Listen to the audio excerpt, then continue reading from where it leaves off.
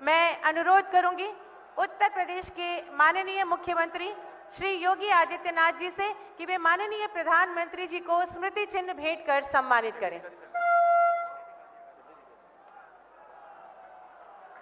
और वो स्वर्णिम घड़ी आ गई जबकि भारत के यशस्वी माननीय प्रधानमंत्री जी के द्वारा हरी झंडी दिखाकर बनारस से 4 नई वंदे भारत एक्सप्रेस बनारस खजुराहो, एर्नाकुलम बेंगलुरु, फिरोजपुर से दिल्ली और लखनऊ से सहारन वंदे भारत एक्सप्रेस ट्रेन सेवाओं का एक साथ शुभारंभ किया गया है। आइए जोरदार तालियों के माध्यम से इन सौभाग्यशाली क्षणों का स्वागत अभिनंदन करें। भारत माता की, भारत माता की, भारत माता की। आज भारत के रेल इतिहास में एक और स्वर्णिम अध्याय जुड़ गया है। जोरदार तालियों से इन ऐतिहासिक क्षणों का अभिनंदन करें।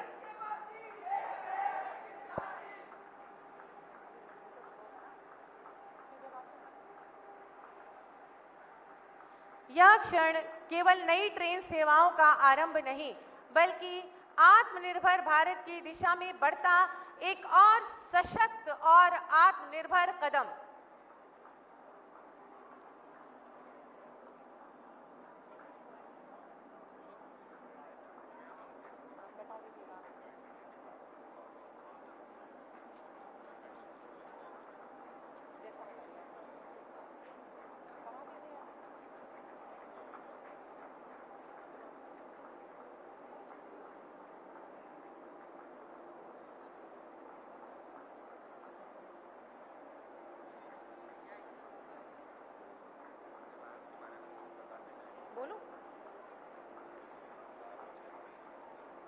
आज 4 वंदे भारत एक्सप्रेस ट्रेनों का शुभारंभ माननीय प्रधानमंत्री जी द्वारा हरी झंडी दिखाकर किया गया है। वंदे भारत एक्सप्रेस ने हर भारतवासी के जीवन को एक नई दिशा, नई गति और नई ऊर्जा दी है। सभी गणमान्यों से अनुरोध है कि करतल ध्वनि करते हुए इन गौरवशाली क्षणों के साक्षी बने। ये ट्रेन जो आज इस प्लेटफॉर्म नंबर 8 से बनारस से खजुराहो जा रही है, ये एक आध्यात्म की नगरी को विरासत के नगर से जोड़ेगी। माननीय प्रधानमंत्री जी की एक भारत श्रेष्ठ भारत की संकल्पना की साक्षात सिद्धि इस ट्रेन के माध्यम से हो रही है। इस ट्रेन में हमारे देश के उज्जवल भविष्य का प्रतीक नन्हे मुन्ने बच्चे सवार हैं। बहुत बहुत धन्यवाद, आभार माननीय प्रधानमंत्री जी। मैं अनुरोध करूंगी उत्तर प्रदेश के माननीय मुख्यमंत्री श्री योगी आदित्यनाथ जी से कि वे माननीय प्रधानमंत्री जी को स्मृति चिन्ह भेंट कर सम्मानित करें।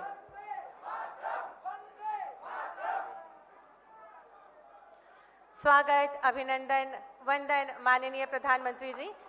अब मैं अनुरोध करूंगी माननीय केंद्रीय रेल मंत्री श्री अश्विनी वैष्णव जी से कि वे माननीय प्रधानमंत्री जी को स्मृति चिन्ह भेंट कर सम्मानित करें। आपका स्वागत है, अभिनंदन है, वंदन है माननीय। बहुत बहुत धन्यवाद, आभार माननीय। अब मैं बहुत ही आदर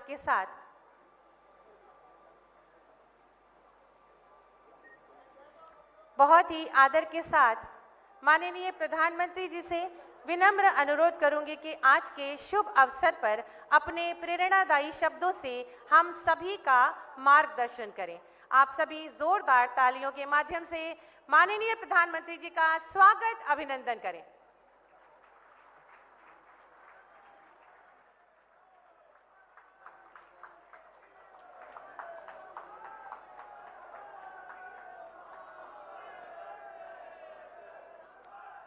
हर हर महादेव।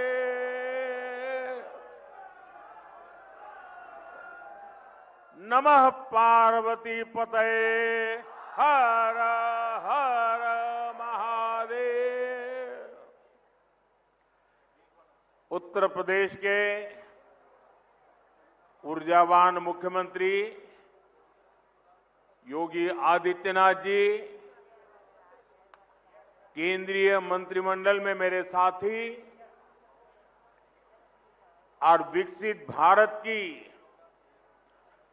मजबूत नींव रखने के लिए जो टेक्नोलॉजी के क्षेत्र में आज बहुत उत्तम कार्य हो रहा है, उसका नेतृत्व संभालने वाले भाई अश्विनी वैष्णव जी,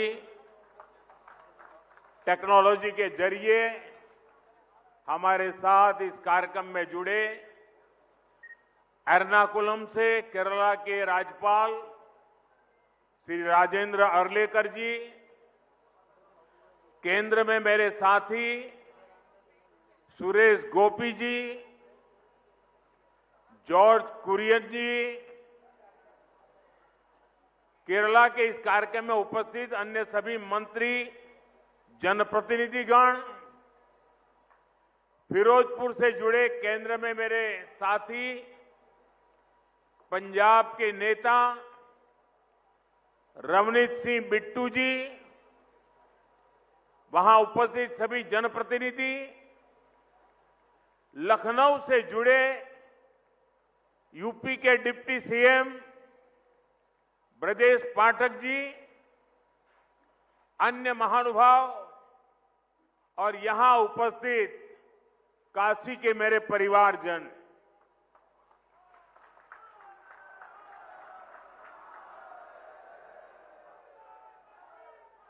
बाबा विश्वनाथ के ई पावन नगरी में आप सब लोगन के, काशी के सब परिवारजन के हमार प्रणाम।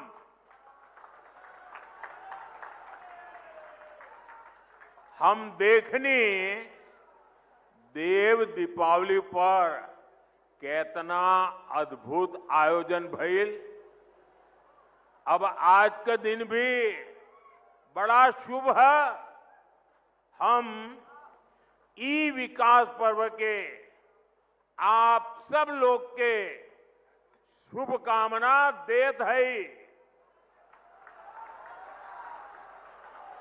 साथियों, दुनिया भर के विकसित देशों में आर्थिक विकास का बहुत बड़ा कारण वहां का इंफ्रास्ट्रक्चर रहा है। जिन भी देशों में बड़ी प्रगति, बड़ा विकास हुआ है, उनके आगे बढ़ने के पीछे बहुत बड़ी शक्ति वहां के इंफ्रास्ट्रक्चर डेवलपमेंट की है। अब मान लीजिए कोई इलाका है, लंबे समय से वहां रेल नहीं जा रही है, रेल की पटरी नहीं है, ट्रेन नहीं आती है, स्टेशन नहीं है, लेकिन जैसे ही वहां पटरी लग जाएगी, स्टेशन बन जाएगा, उस नगर का अपने आप विकास शुरू हो जाता है। किसी गांव के अंदर सालों से रोड ही नहीं है, कोई रास्ता ही नहीं, कच्चे मिट्टी के रास्ते पर लोग जाते आते रहते हैं, लेकिन जैसे ही एक छोटा सा रोड बन जाता है, किसानों की आवाजाही, किसानों का माल वहां से बाजार में जाना शुरू हो जाता है। मतलब इंफ्रास्ट्रक्चर यानी बड़े बड़े ब्रिज, बड़े बड़े हाईवे, इतना ही नहीं होता है। कहीं पर भी जब ऐसी व्यवस्थाएं विकसित होती है तो उस क्षेत्र का विकास शुरू हो जाता है। जैसा हमारा गांव का अनुभव है, जैसा हमारे कस्बे का अनुभव है, जैसा हमारे छोटे नगर का अनुभव है, वैसा ही पूरे देश का भी होता है। कितने एयरपोर्ट बने, कितनी वंदे भारत ट्रेनें चल रही हैं, दुनिया के कितने देशों से हवाई जहाज आते हैं, ये सारी बातें विकास के साथ जुड़ चुकी है। और आज भारत भी बहुत तेज गति से इसी रास्ते पर चल रहा है। इसी कड़ी में आज देश के अलग अलग हिस्सों में नई वंदे भारत ट्रेनों की शुरुआत हो रही है। काशी से खजुराहो वंदे भारत के अलावा फिरोजपुर दिल्ली वंदे भारत, लखनऊ सहारनपुर वंदे भारत और एर्नाकुलम बेंगलुरु वंदे भारत, इसको भी हरी झंडी दिखाई गई है। इन 4 नई ट्रेनों के साथ ही अब देश में 160 से ज्यादा नई वंदे भारत ट्रेनों का संचालन होने लगा है। मैं काशीवासियों को, सभी देशवासियों को इन ट्रेनों की बहुत बहुत बधाई देता हूं। साथियों, आज वंदे भारत, नमो भारत और अमृत भारत जैसी ट्रेनें भारतीय रेलवे की अगली पीढ़ी की नींव तैयार कर रही है। ये भारतीय रेलवे को ट्रांसफॉर्म करने का एक पूरा अभियान है। वंदे भारत भारतीयों की, भारतीयों द्वारा, भारतीयों के लिए बनाई हुई ट्रेन है, जिस पर हर भारतीय को गर्व है। वरना पहले हम कर सकते हैं क्या? ये तो विदेश में हो सकता है, हमारे यहां होता। होने लगा कि नहीं होने लगा? हमारे देश में बन रहा है कि नहीं बन रहा है? हमारे देश के लोग बना रहे हैं कि नहीं बना रहे? ये हमारे देश की ताकत है। और अब तो विदेशी यात्री भी वंदे भारत को देखकर अचंभित होते हैं। आज जिस तरह से भारत ने विकसित भारत के लिए अपने साधनों को श्रेष्ठ बनाने का अभियान शुरू किया है, ये ट्रेनें उसमें एक मील का पत्थर बनने जा रही है। साथियों, हमारे भारत में सदियों से तीर्थ यात्राओं को देश की चेतना का माध्यम कहा गया है। ये यात्राएं केवल देव दर्शन का मार्ग नहीं है, बल्कि भारत की आत्मा को जोड़ने वाली पवित्र परंपरा है। प्रयागराज, अयोध्या, हरिद्वार, चित्रकूट, कुरुक्षेत्र, ऐसे अनगिनत तीर्थ क्षेत्र हमारी आध्यात्मिक धारा के केंद्र है। आज जब ये पावन धाम वंदे भारत के नेटवर्क से जुड़ रहे हैं, तो एक तरह भारत की संस्कृति, आस्था और विकास की यात्रा को जोड़ने का भी काम हुआ है। ये भारत की विरासत के शहरों को देश के विकास का प्रतीक बनाने की तरफ एक अहम कदम है। साथियों, इन यात्राओं का एक आर्थिक पहलू भी होता है, जिसकी उतनी चर्चा नहीं होती। बीते 11 वर्षों में यूपी में हुए विकास कार्यों ने तीर्थाटन को एक नए स्तर पर पहुंचा दिया है। पिछले साल बाबा विश्वनाथ के दर्शन के लिए 11 करोड़ श्रद्धालु काशी आए थे।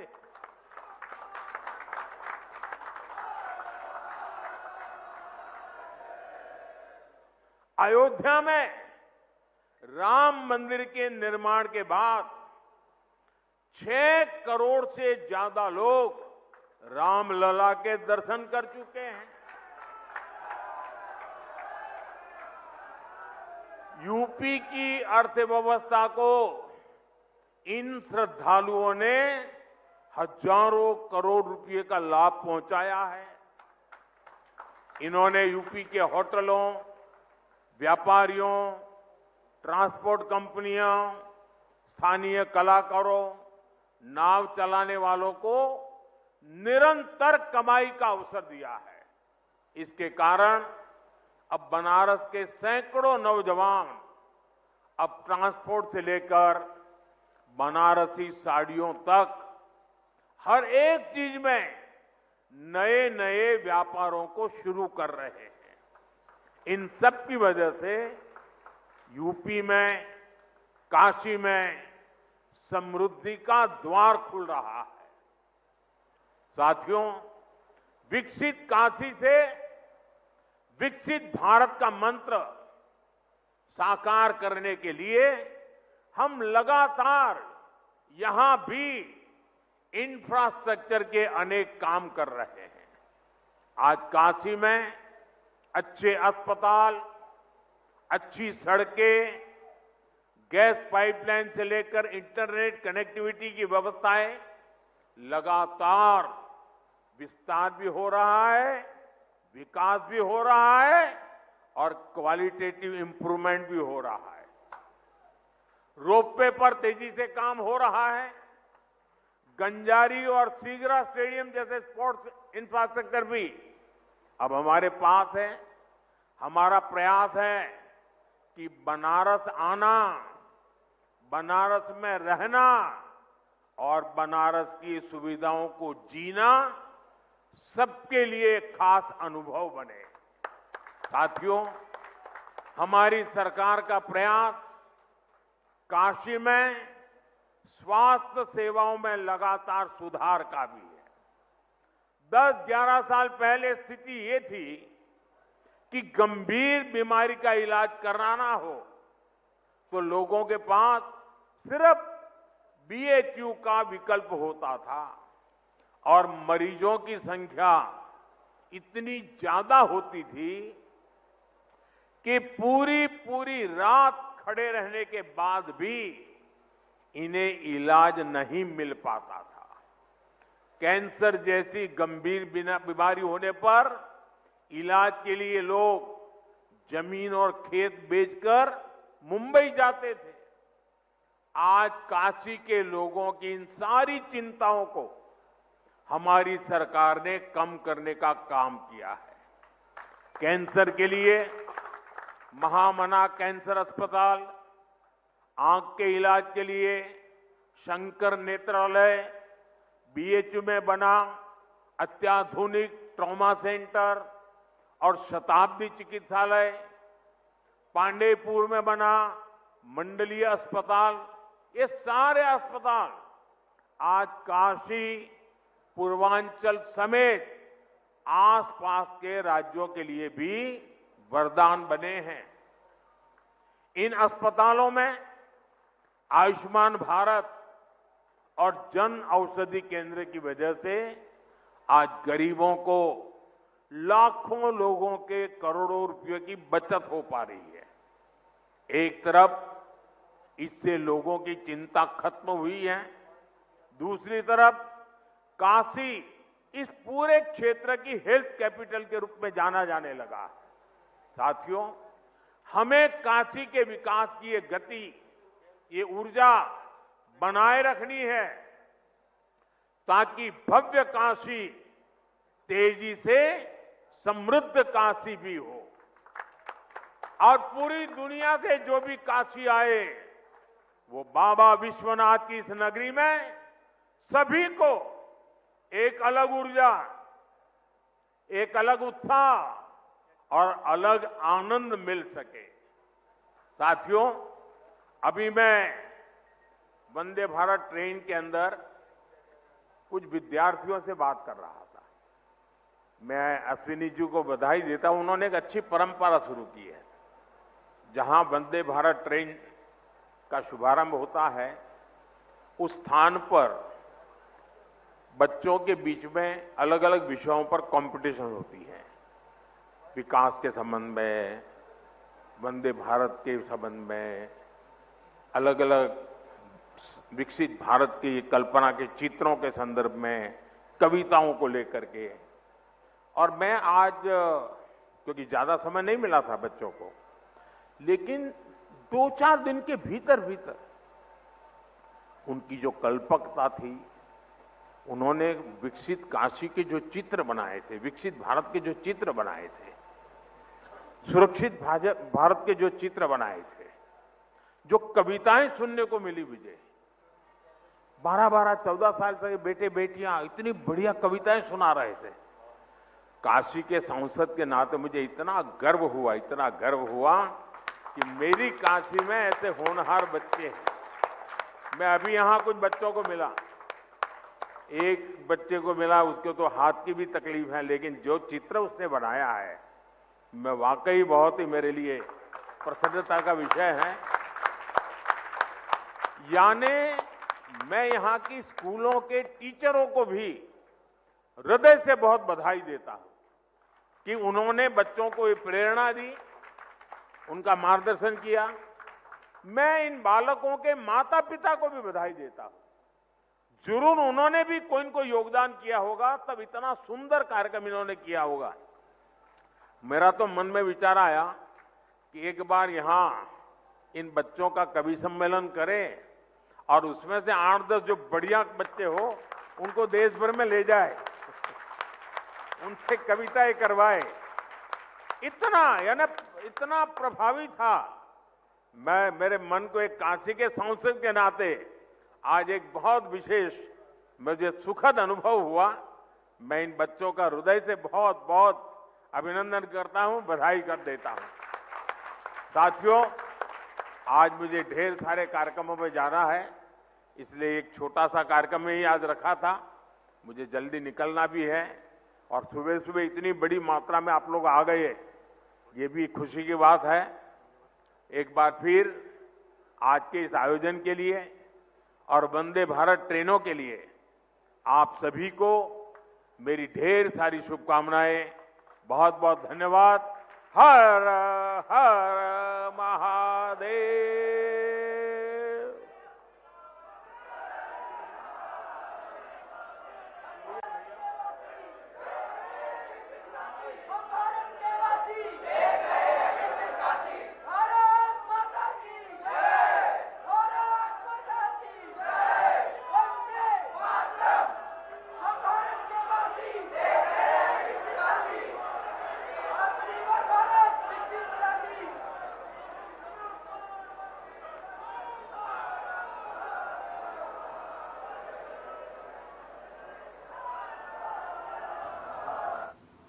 तो भारतीय रेलवे के नेटवर्क की अगर बात की जाए और मजबूत होता हुआ कृतिका वो नजर आएगा। 4 नई वंदे भारत ट्रेन जो है उनको हरी झंडी दिखाई यहाँ प्रधानमंत्री नरेंद्र मोदी ने और बताया कि किस तरीके से इसका जो